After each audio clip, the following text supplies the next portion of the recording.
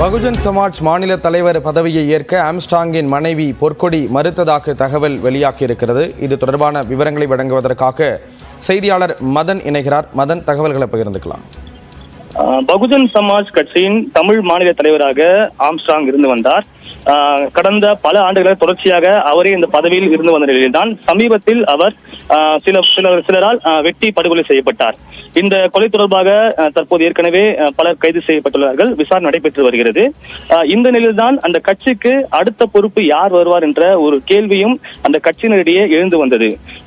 இந்த கொலை நடந்த பிறகு அடுத்த சில நாட்களிலேயே கட்சி நிர்வாகிகள் ஆம்ஸ்ட்ராங்குடைய மனைவி பொற்கொடியிடம் சென்று தொடர்பாக அவர்கள் சில விஷயங்களை தெரிவித்தார்கள். அதாவது ஆம்ஸ்ட்ராங் மறைவுக்கு பிறகு அந்த ஒரு தலைவர் பதவியை நீங்கள் ஏற்க வேண்டும் என்ற ஒரு கோரிக்கை அந்த கட்சி நிர்வாகிகளிடம் வழங்கப்பட்டது.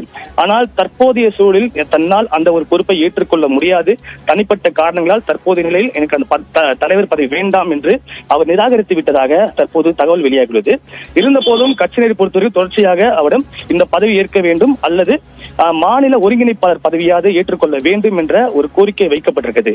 அதே நேரம் ஒருவேளை பொற்கொடி இந்த பதவி ஏற்க மாட்டார் என்று உறுதியாக தெரிவித்துவிட்டால் அடுத்தபடியாக ஆம்ஸ்ட்ராங்குடன் நெருங்கிய நண்பரும் நீண்ட காலமாக அவருக்கு வழக்கறிஞராக உறுதுணையாக இருந்த வழக்கறிஞர் ஆனந்தன் என்பவருடைய பெயரும் தற்போது அடிபடுகிறது.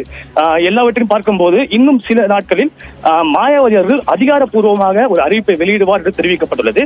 நாளை மற்றும் நாளை மறுநாள் 2 நாட்களும் ஆம்ஸ்ட்ராங்குடைய நினைவேந்தல் நிகழ்ச்சி பெரம்பூரில் நடைபெற்றுள்ளது. அன்றைய தினம் இது தொடர்பாக ஒரு அதிகாரப்பூர்வ அறிவிப்பு வெளியாகும் என்றும் தற்போது எதிர்பார்க்கப்படுகிறது. ஸ்ரீராம், தகவல்களை வழங்கியதற்கு நன்றி மதன்.